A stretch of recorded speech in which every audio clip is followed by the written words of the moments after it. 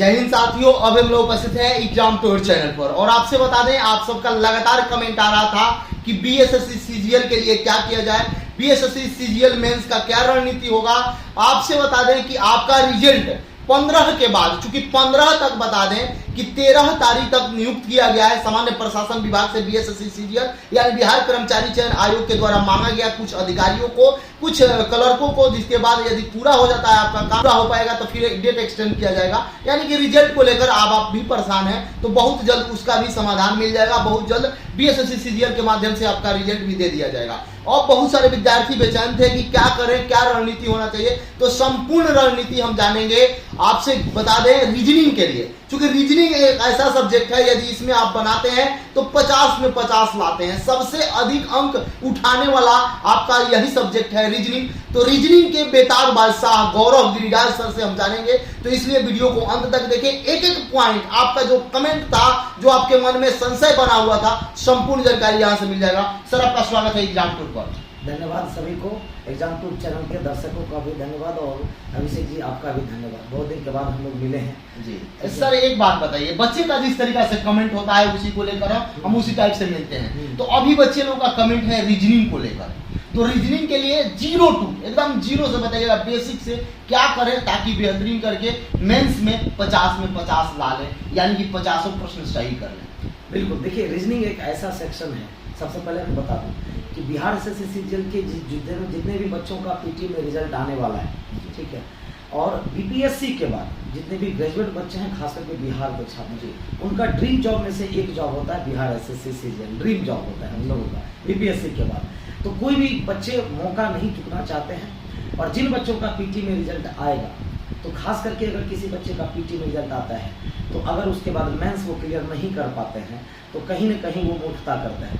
तो बस वो मूर्खता से बचे कैसे। ऐसा नहीं कि उसके पास नॉलेज नहीं है, पीटी तो क्वालिफाई कर लिया है, इसका मतलब नॉलेज है। मेंस में बहुत ज़्यादा का अंतर होता नहीं है। बस ये है कि जो स्कोर आपका पीटी में रहेगा और मेंस के लिए आपको स्कोर भगाना पड़ेगा। और स्कोर भगाने के लिए जैसा कि आपने बताया कि रीजनिंग सबसे मुख्य भूमिका निभाती है। अब 50 रीजनिंग रहेगा, और रीजनिंग एक ऐसा सेक्शन है खास करके बिहार एसएससी में कि आप 49 या 50 मार्क्स आराम से कर सकते हैं। अब करने की रणनीति ये होगी कि कौन कौन से चैप्टर्स को फॉलो किया जाए, कौन कौन से चैप्टर पर ध्यान दिया जाए, या इस बार क्या ऐसा चेंजेस होने वाला है बिहार एसएससी सीजीएल मेंस में। जैसा कि उम्मीद कर रहे थे बहुत सारे छात्र, और जहाँ तक कि मुझे भी उम्मीद लग रहा था कि इस बार सिलेबस जरूर कुछ न कुछ 15%, 10 से 15% बढ़ करके आएगा पीटी में, लेकिन ऐसा कुछ हुआ नहीं। पुराने लेवल का ही क्वेश्चन रहा। तो चैप्टर वाइज में बता दूं जितने भी बच्चे हैं कि बिहार एसएससी पीटी में जो सिलेबस रहा है लगभग 85 से 90% सिलेबस वही रहने वाला है, कोई चेंज नहीं होगा। हाँ, लेकिन बिहार एसएससी मेंस में कुछ चैप्टर को हटाया जाता है, कुछ चैप्टर को शामिल किया जाता है। अब है क्या कि आप कौन कौन से चैप्टर में कितना कितना मार्क्स का लगभग आएगा मेंस में, मेरे अनुभव के अकॉर्डिंग और मेरा जो रिसर्च रहा है बिहार एसएससी मेंस को लेकर के, तो सबसे पहले तो कौन कौन सा चैप्टर कन्फर्म है कि रहेगा। 22 चैप्टर से 2 क्वेश्चन आराम से रहेगा, जो कि 15 से 20 सेकंड में दोनों क्वेश्चन डन हो जाएगा अगर आपका अच्छे से पढ़ा हुआ है। तो 1 से 2 क्वेश्चन मैथमेटिकल ऑपरेशन का फिक्स है कि वो रहेगा ही रहेगा। उसके बाद आते हैं सीरीज से 2 क्वेश्चन भी रह सकता है, 3 क्वेश्चन भी रह सकता है। उसके बाद आते हैं कि फाइंड आउट मिसिंग टर्म का एक क्वेश्चन रहता है, जिससे कि एक क्वेश्चन जनरली रहेगा ही रहेगा। लॉजिकल रीजनिंग की बात करें तो मिनिमम 2 लॉजिकल रीजनिंग आपका रहेगा, चाहे कोर्स ऑफ एक्शन से दे दे, एजम्पशन से दे दे, कंक्लूजन से दे दे। हाँ, मैक्सिमम अगर बढ़ाने का होगा तो 3 क्वेश्चन तक भी आपको लॉजिकल रीजनिंग से पूछ सकता है। सर नॉन वर्बल से कितने क्वेश्चन होंगे, तो कम से कम 3 क्वेश्चन, मैक्सिमम 5 क्वेश्चन तक रहेगा। सिलोजिज्म से 1 क्वेश्चन रहेगा। हाँ, एक्स्ट्रा में आप इनइक्वालिटी को जरूर पढ़ के जाइएगा, क्योंकि 1 क्वेश्चन या 2 क्वेश्चन संभावना है कि इनइक्वालिटी से मेंस में क्वेश्चन रहेगा। सर सिटिंग पजल कितने रहेंगे, तो सिटिंग पजल 2 तो रहेगा ही रहेगा। हो सकता है कि अगर वो अपग्रेड करे तो आप 3 से 4 के लिए तैयार हो, क्योंकि जैसा आप देख रहे हैं कि एनटीपीसी का एग्जाम हुआ, ग्रुप डी का एग्जाम हुआ, एसआई का एग्जाम हुआ, बहुत सारे एग्जाम हुए, यूपीएसआई का, उसमें सिटिंग पजल की वैल्यू थोड़ी ज़्यादा दी गई। रैंकिंग से नहीं भी आ सकता है या 1 सवाल आएगा, उससे ज़्यादा नहीं आएगा। ग्रेटर स्मॉलर से भी नहीं भी आ सकता, 1 सवाल आएगा। अब क्लासिफिकेशन और एनालॉजी से 3 से 5 क्वेश्चन के लिए आप रेडी रहोगे। 3 से 5 क्वेश्चन आपका क्लासिफिकेशन है, एनालॉजी से हो जाएगा आपका, वहाँ से रहेगा। कोडिंग डिकोडिंग से 3 से 5 क्वेश्चन रख कर 3 से 5। हाँ बिल्कुल, कोडिंग डिकोडिंग को देख करके भी जाना है। हो सकता है कोडिंग डिकोडिंग कुछ ना कुछ थोड़ा बहुत, आप जैसे 5 क्वेश्चन कोडिंग डिकोडिंग का अगर पूछ लिया तो 1 से 2 क्वेश्चन मॉडरेट लेवल का होगा, बाकी इजी लेवल का होगा, आराम से आपसे बनेगा। ठीक है। उसके बाद आते हैं अल्फ़ाबेट से 2 क्वेश्चन, मैक्सिमम 3 क्वेश्चन रहेगा। अल्फ़ाबेट से 2 से 3 क्वेश्चन रहेगा। उसके बाद आते हैं एक क्वेश्चन वेन डायग्राम से रहेगा, एक क्वेश्चन DI से रहेगा। ये सब फिक्स है कि चैप्टर रहने वाला है, तो आप उठा करके देख लो तो लेवल बहुत ज़्यादा नहीं रहने वाला है। सिलेबस भी वही है जो आपने पढ़ा हुआ है। बस करना क्या है कि पिछले 3-4 सालों का पहले प्रीवियस ईयर फोकस कर लो, और 2021-22 में जो भी नया क्वेश्चन है मेहनत नहीं करना है, सिर्फ देख करके चले जाना कि कोडिंग क्या नया है पिछले 2 साल में आया है, सीरीज में क्या नया आ रहा है। सीरीज के क्वेश्चन जैसा कि आप पिछले 2-3 एग्जाम से मैं देख पा रहा हूँ कि सीरीज में क्या हो रहा है कि स्क्वायर क्यूब पर रिलेटेड क्वेश्चन कुछ ज़्यादा ही आ रहा है, ज़्यादा आ रहे हैं, स्क्वायर क्यूब से रिलेटेड आ रहे हैं। फाइंड आउट मिसिंग में थोड़ा सा नया पैटर्न का आने लगे हैं, तो आप वो एंटीपीसी ग्रुप डी का सिर्फ प्रीवियस ईयर क्वेश्चन देख लोगे तो इससे ये आइडिया लग जाएगा कि कोडिंग डिकोडिंग में क्या नया किया गया, सीरीज में क्या नया किया गया, फाइंड आउट मिसिंग 1 में क्या नया किया गया। ये 3 चैप्टर ऐसे हैं जो बच्चे को फंसा सकता है। तो अगर ये सब वर्कआउट करके जाते हो आप तो आराम से आप 49 या 50 मार्क्स ला सकते हो। लेवल से बिल्कुल भी नहीं डरना है, लेवल नॉर्मल रहने वाला है। मुश्किल से 2 से 5% क्वेश्चन ही मॉडरेट रहने वाला है, वो भी सिटिंग और पजल इनक्वालिटी पूछ दिया तो। सर बच्चे लोग रीजनिंग में अधिकतर बच्चे सभी को मान ले तो 40 प्लस ही करते हैं। हाँ। लेकिन जो ये 10 प्रश्न सही करना है, इसको लेकर क्या उनके मन में रणनीति होना चाहिए? क्योंकि देखते हैं काउंटिंग फिगर आ जाता है तो वो बच्चे उसमें भी मिस्टेक कर देते हैं। जब नंबर सीरीज आप बात किए, नंबर सीरीज आता है तो गैपिंग देखकर बहुत सारे बच्चे समय 5 मिनट 7 मिनट दे देते हैं। और रीजनिंग में जब समय दे दिए और तब 50 बनाए तो उससे कोई लाभ नहीं, क्योंकि समय बचा के वहीं जीएस में, वहीं मैथ्स में, वहीं अलग सब्जेक्ट में हमको लगाना है। तो इसके लिए क्या करना चाहिए? थोड़ा सा आप पजल के लिए जो आप कह रहे थे। बस देखिए, फोकस क्या है ना कि जब आप पीटी एग्जाम क्वालिफाई करते हैं जी, आप अच्छे स्टूडेंट, मेंस में रिजल्ट तभी होगा जब आप बेहतर होंगे जी। तो अच्छे से बेहतर का जो डिफरेंस होता है ना, वही मेंस में आपका रिजल्ट करता है। क्योंकि अब पीटी के जो आपके कंपटीटर थे और मेंस में जो आपके कंपटीटर होंगे, दोनों के लेवल में काफ़ी का अंतर होगा। क्योंकि आप सीजीएल मेंस देने जाओगे तो वहाँ सारे महारथी लोग मिलेंगे, और वहाँ पर फिर आप लेवल नहीं देखा जाएगा, आपका नॉलेज नहीं देखा जाएगा, आपकी स्पीड और एक्यूरेसी ही आपका रिजल्ट करेगा।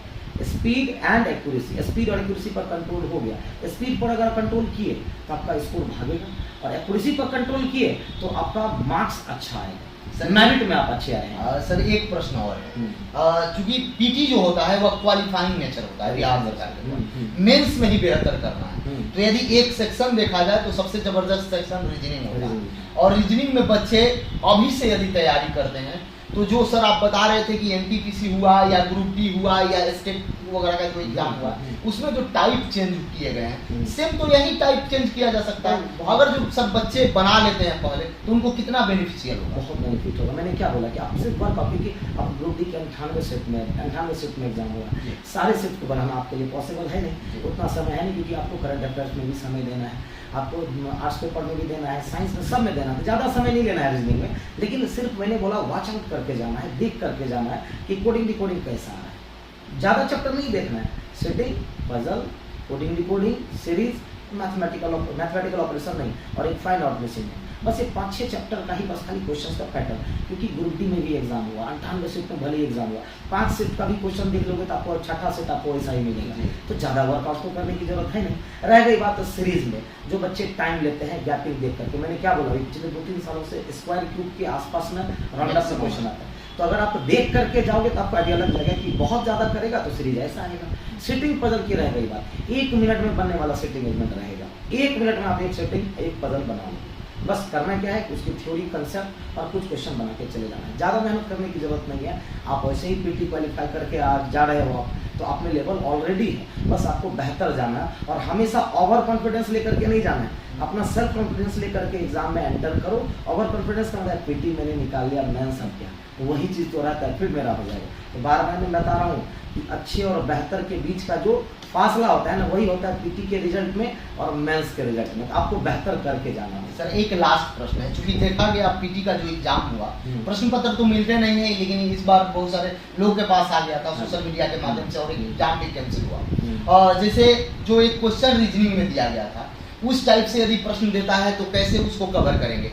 कि यानी कि जो आपका मिरर इमेज होता है और वाटर इमेज होता है 1 से लेकर 9 के बीच में दिया गया था। यानी इस टाइप से बहुत सारा प्रश्न आते होंगे, जनरेट होते होंगे हर चैप्टर के अलग अलग। इसको यदि बच्चे को क्लियर करना है तो वो क्या करेंगे, किस प्रकार के बुक पढ़ेंगे? ये बड़ी समस्या थी, इसमें बहुत सारे बच्चों का मेरे पास कमेंट भी आया कि सर मिरर वाले में क्या होता था कि जब से ऑनलाइन एग्जाम हुआ तो नंबर थोड़ा सा आसान हुआ, क्योंकि उतना कॉम्प्लिकेटेड फिगर वो दे नहीं सकता है, लेकिन यहाँ तो ऑफलाइन था तो हर पैटर्न के क्वेश्चन है। अब बच्चे मिरर इमेज में डरते कहाँ से, जब डिजिट आ जाता है, लेटर आ जाता है, तो उसको क्या करने का, सबसे आसान मैं उसी को मानता हूँ।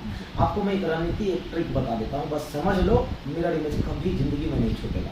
जब डिजिट का है और नंबर का है, नॉन वर्बल में एक खासियत है कि नॉन वर्बल का ना आप आंसर मत निकालो, अवॉइड करो, छांटो। जैसे केबीसी खेलने में लाइफ लाइन दिया जाता है, गलत ऑप्शन हटा दिए जाए, उसी तरह से आप जब नॉन वर्बल बनाते हो, जैसे कि 5, कभी भी 5 सेम नहीं दिखता है मिरर में, 9 सेम नहीं दिखता है, कुछ लेटर कुछ डिजिट ऐसे हैं जो सेम दिखता है। आप फोकस करो, क्या इस 4 ऑप्शन में क्या कोई ऐसा नंबर या कोई ऐसा डिजिट है जो सेम टू सेम दे दिया है? एक पहला वो एक कम से कम ऑप्शन आपका छट गया। दूसरा, अगर आपका प्लेन मिरर है तो लेफ्ट राइट चेंज होगा। अब ऐसे ऑप्शन ढूंढो, क्या कहीं ऐसा तो डिजिट या लेटर नहीं है जिसको कि ऊपर नीचे चेंज कर दिया है? चेंज क्या करना था, लेफ्ट राइट, ये ऊपर नीचे चेंज कर दिया, कम से कम 1 से 2 ऑप्शन वहीं से छट जाएंगे और ऑटोमेटिक आपका आंसर हाथ खड़ा कर देगा। मैं यहाँ आपने क्वेश्चन को बनाया नहीं, लेकिन आंसर मतलब उल्टा चलना है, उल्टा चलना है। आपको ये रणनीति बनानी होगी। नॉन वर्बल का 5 क्वेश्चन रहते हैं नॉन वर्बल में, 2 मिनट से अगर ज्यादा समय लेते हैं तो आपका नॉन वर्बल खराब है। 2 मिनट में 5 क्वेश्चन आराम से बनता है। बस याद रखना कि ऑप्शंस को अवॉइड करो, कौन कौन सा ऑप्शन आंसर में गड़बड़ी दिया हुआ, और मिरर तो देखते ही बनता है, निकालने की जरूरत नहीं है आपको। गलतियां जरूर, मैंने क्या बोला, एक ऑप्शन छटेगा आपको सेम, या फिर ये जैसे 5 सेम नहीं दिखेगा, सेम रख देगा किसी एक ऑप्शन में। अब जहाँ लेफ्ट राइट चेंज होना चाहिए, टॉप बॉटम चेंज कर देगा। तो बस एक झलक देखना है, वो दिख जाएगा ऑटोमेटिकली। इस ऑप्शन में 5 गड़बड़ है, इस ऑप्शन में बी को गड़बड़ रखा है, इस ऑप्शन में 7 को ऊपर नीचे कर दिया, ऑटोमेटिक आपका आंसर। सर आपसे यदि बच्चे पढ़ना चाहें, आपसे जुड़ना चाहें तो कहाँ पे जुड़ सकते हैं? ऑनलाइन प्लेटफॉर्म पर, ऑफलाइन प्लेटफॉर्म पर? कॉम्पिटिशन व्यू लर्निंग एकेडमी से आप ऑनलाइन भी जुड़ सकते हैं, यूट्यूब चैनल भी है हमारा, और आप रुक्मिणी प्रकाशन के थ्रू भी हमारा बहुत सारा वीडियोज है, बुक्स वगैरह का भी, जैसे कि TCS एग्जाम का, TCS का बुक मार्केट में अभी फिलहाल लॉन्च किया गया है। सबसे पहले रुक्मिणी प्रकाशन से लॉन्च हुआ है। बच्चे लोग बहुत सारा डिमांड कर रहे थे कि सर ये बुक, अब बच्चे लोग को मैं बस कॉल करके बता रहा हूँ, जाकर के देखो। हम 4 महीना पहले वो सारा TCS क्वेश्चन करवा करके रख दिए हैं, रुक्मिणी प्रकाशन चैनल पर आपको मिल जाएगा। नए क्वेश्चन जिसको आपको दरकार है कि नए क्वेश्चन को कैसे कवर अप करके जाए, तो रुक्मिणी प्रकाशन में आप जाएंगे, प्लेलिस्ट में TCS क्वेश्चन करके होगा, कंपटीशन भी लर्निंग एकेडमी में भी TCS करके होगा, वहाँ से फ्री में आपको डिस्कशन आप हमारा देख सकते हैं, क्वेश्चन वगैरह सारा देख सकते हैं। क्लासेस वगैरह से अगर जुड़ना चाहते हैं तो कंपटीशन भी लर्निंग एकेडमी ऐप से भी आप जुड़ सकते हैं, ऑनलाइन वाले बच्चे। और ऑफलाइन वाले बच्चे भिखना पहाड़ी से थोड़ा सा आगे रिमझिम होटल के सामने हमारा ऑफलाइन ऑफिस है, वहाँ से फाउंडेशन बैच करना चाहते हैं, टेस्ट देना चाहते हैं, हमसे मिलना चाहते हैं, रणनीति जानना चाहते हैं, आपका वेलकम। आप सर समय देने के लिए बहुत बहुत धन्यवाद। धन्यवाद आपको भी और सारे दर्शक को भी। लगे रहिए, ऑल द बेस्ट सभी को, PT रिजल्ट आने के लिए भी, और मेंस के लिए अच्छे से तैयारी करके जाओ, सफलता आपके हाथ जरूर लगेगी। इसके बावजूद भी यदि किसी प्रकार के कोई मन में आपके संशय हो, प्रश्न हो, तो आप कमेंट बॉक्स में जरूर कमेंट करेगा। दूसरी बात बता दें, यदि आपको लगता है कि कोई सवाल मेरे से छूट गया है तो भी आप कमेंट करें, और किसी भी कॉम्पिटिटिव एग्जाम की तैयारी करते हैं तो आप जरूर चैनल को सब्सक्राइब कर लें।